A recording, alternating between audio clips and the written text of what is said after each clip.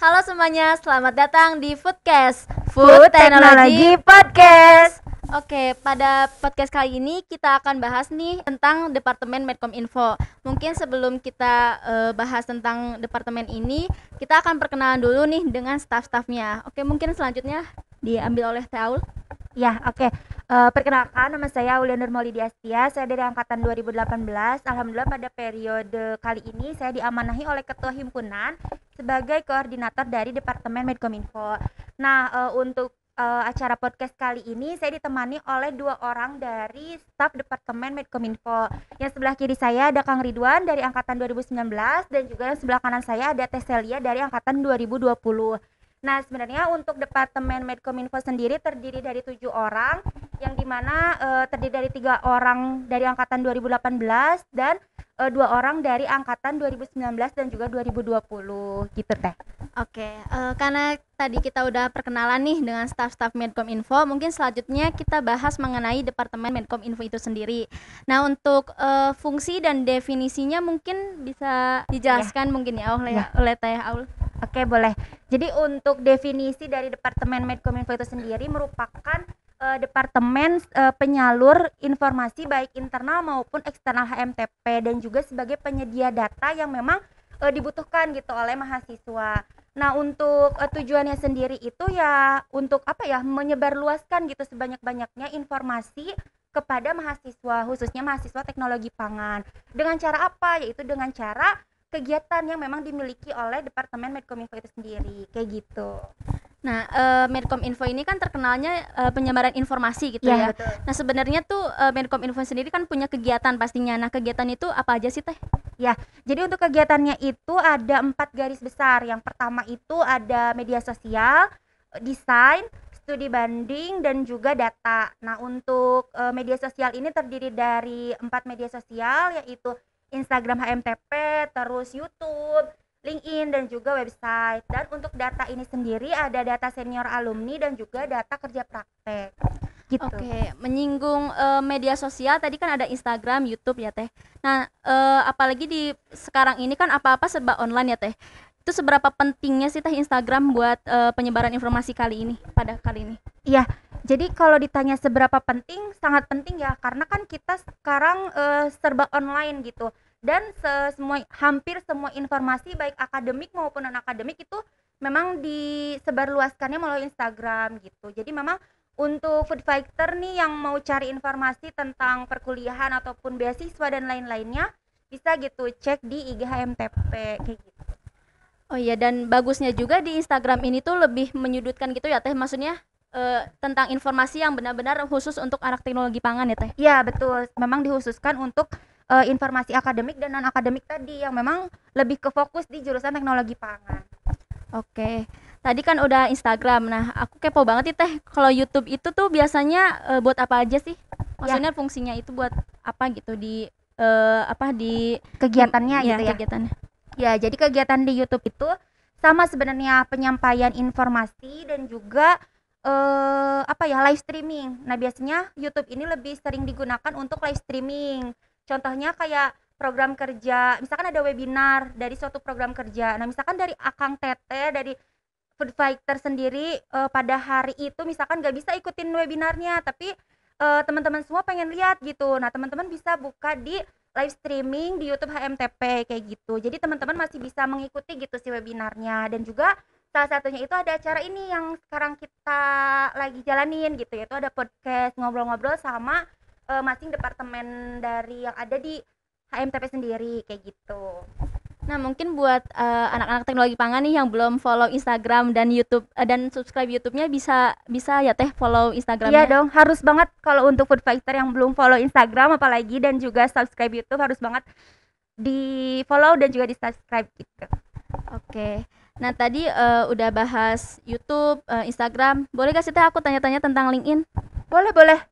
Nah, kalau LinkedIn itu banyak yang nggak tahu nih Teh, anak teknologi pangan, fungsi dari LinkedIn itu apa? Ya, nah jadi sebenarnya untuk LinkedIn sendiri itu lebih ke informasi lowongan kerja. Nah, biasanya akses itu mahasiswa tingkat akhir ataupun misalkan mahasiswa yang udah lulus gitu ya. Karena ya tentang info lowongan kerja gitu kan. Nah, info lowongan kerja ini juga yang di-share-nya oleh HRD dari suatu perusahaan gitu. Jadi memang apa ya, informasinya bisa dikatakan sudah valid gitu. Jadi teman-teman bisa langsung ngakses aja gitu LinkedIn HMTP, dan juga bisa ikut ngelamar gitu dari info-info yang HMTP udah share kayak gitu. Jadi info yang udah di-share ini udah tentu valid dan juga akurat ya Teh Iya tentunya. betul. Dan dikhususkan untuk anak teknologi pangan gitu ya. Iya, nah dan untuk keuntungannya juga gitu, kita memang sudah memilih gitu loker-loker mana aja yang sesuai buat mahasiswa ataupun alumni dari jurusan teknologi pangan kayak gitu. Jadi Medcom Info ini selain buat anak teknologi pangan berfungsi juga ya Teh buat alumni. Iya dong, jelas targetnya ya alumni juga gitu. Oke, karena tadi kan udah kita menyinggung beberapa medsos ya yang di HMTP. Selanjutnya mungkin desain. Nah, desain ini tuh maksudnya apa sih Teh?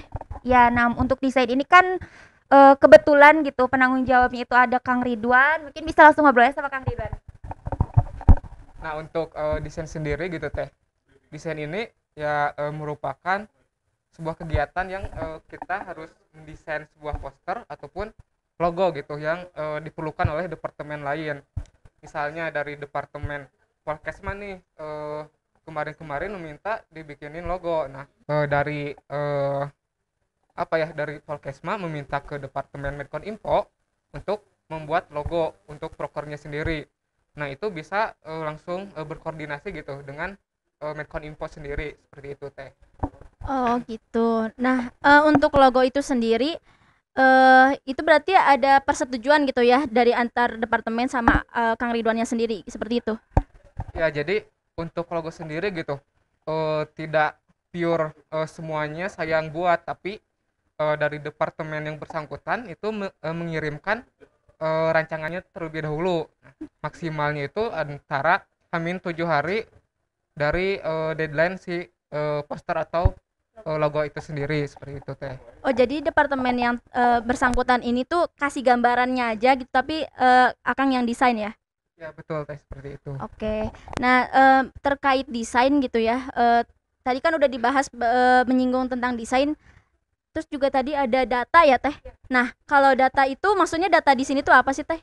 Mengolah data apa gitu di sini? Jadi untuk data itu terdiri dari dua, yaitu data senior alumni dan juga data kerja praktek. Nah, untuk data senior alumni itu berisi tentang informasi di mana alumni dari jurusan teknologi pangan itu bekerja, seperti tempat perusahaan, terus alamat, nama lengkap, dan juga nomor telepon yang memang bisa dihubungi gitu. Nah, untuk data kerja praktek ini merupakan data tempat kerja praktek di mana entah itu industri ataupun kedinasan yang memang dibutuhkan oleh mahasiswa yang akan melaksanakan kerja praktek, seperti itu Teh. Berarti silaturahim sama alumni itu sangat penting ya, Teh, buat departemen ini. Iya, departemen yang lain juga sih sama. Oke.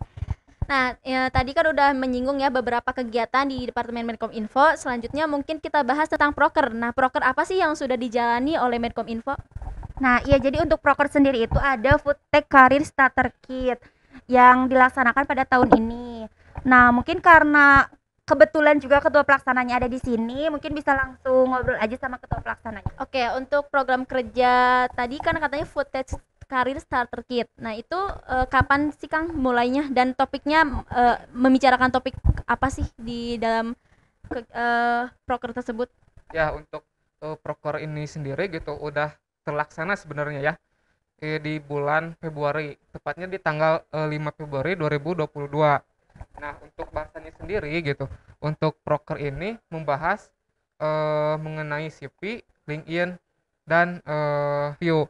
Nah, untuk proker ini sendiri gitu, bentuknya itu lebih ke webinar, dan di akhir acara ada pemeriksaan CV, yang CV-nya itu dibuat dari peserta-peserta yang sudah mendaftar gitu. Oh, jadi CV-nya ini nanti diperiksa gitu ya oleh pematerinya. Ya, Nah, nanti di akhir tuh ada pemeriksaan CV, dan dari si pemateri sendiri langsung berinteraksi gitu dengan si peserta yang mau diperiksa CV-nya, seperti itu Teh. oh, jadi periksa ini tuh maksudnya mungkin untuk ini ya, untuk dikasih saran baik dan bagusnya seperti apa gitu ya. Iya, seperti itu. Oke, jadi Terus juga aku pernah dengar sih katanya pembicaranya ini tuh seru banget ya. Namanya siapa kalau boleh tahu? Untuk pembicaranya sendiri itu Josephine Angelin. Nah, beliau juga merupakan salah satu orang yang pernah magang di salah satu eh, perusahaan seperti Shopee dan Tokopedia seperti itu teh. Wah, keren banget ya. Berarti ini menjadikan salah satu patokan gitu ya buat meyakinkan Akang buat bahwa orang ini tuh bisa gitu ya buat menjelaskan apa sih CV dan harus seperti apa CV. Mungkin seperti itu ya. Iya, betul. Oke, jadi karena tadi Kak Josephine itu adalah seseorang yang pernah magang di salah satu maaf di Shopee dan di Tokopedia. Maka dari itu mungkin bisa kita simpulkan bahwa pengalaman beliau ini udah banyak banget ya, Kang. Ya mungkin Kak Josephine sendiri juga kenapa kita mengundang beliau gitu ya, karena selain dari tadi pengalamannya dan juga memang beliau ini seseorang yang expert di bidang entah itu CV, LinkedIn dan juga interview kayak gitu. Kayak gitu Nah, sih kurang lebih. oke. Kalau boleh tahu Akang atau Teteh mungkin yang tahu Kak Josephine itu dari mana sih? Kok bisa tahu gitu kalau beliau ini tuh expert dalam bidang itu? Ya sebelumnya sih kalau saya lihat tuh dari TikTok ya, karena kan beliau juga nge-share gitu konten-konten tentang CV, terus tentang LinkedIn, terus karena beliau pernah punya apa ya, punya pengalaman kerja di Shopee dan lain-lain juga. Jadi apa ya, jadi banyak tahu gitu tentang beliau kayak gitu. Dan juga memang sebelumnya beliau itu pernah ngisi juga gitu di webinar yang topiknya tentang itu kayak gitu. Oh, gitu. Nah, barusan kan udah bahas ya tentang proker, terus kegiatan, terus definisi dari Medcom Info sendiri. Mungkin sebelum kita tutup ada yang mau disampaikan dari Taul atau Kang Ridwan?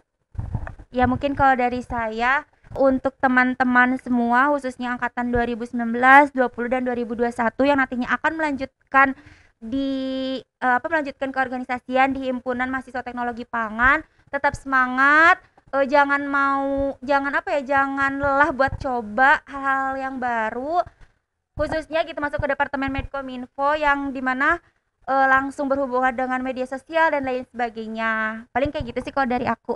Dan terakhir, jangan lupa follow dan juga subscribe Instagram dan juga YouTube HMTP. Oke, mungkin udah cukup dari Kang Ridwan udah diwakilkan ya. Oke, jadi sebelum kita tutup, mungkin seru banget ya pembicaraan kali ini tentang Medcom Info. Tadi udah disampaikan juga ya pesan dari Teh Aul dan Kang Ridwan juga katanya sudah diwakilkan ya oleh Teh Aul. Mungkin sebelum kita tutup, saya ucapkan terima kasih kepada Teh Aul dan Kang Ridwan yang telah menyempatkan waktunya. Cukup menarik sekali ya mengenai Medcom Info ini. Nah, untuk Fighters, sampai ketemu di episode selanjutnya ya. Bye. Terima kasih sudah menonton video ini. Jangan lupa like, komen, dan subscribe. Dan jangan lupa ikuti sosial media kita yang lainnya.